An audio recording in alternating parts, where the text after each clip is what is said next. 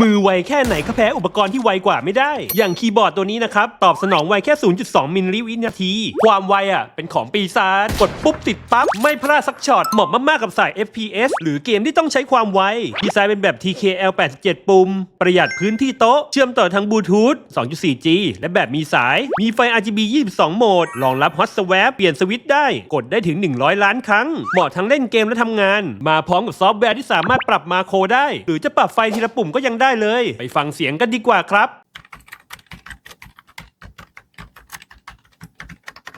ถ้าหากใครสนใจผมปักพิกัดตะกร้าพร้อมส่วนลดให้แล้วนะครับ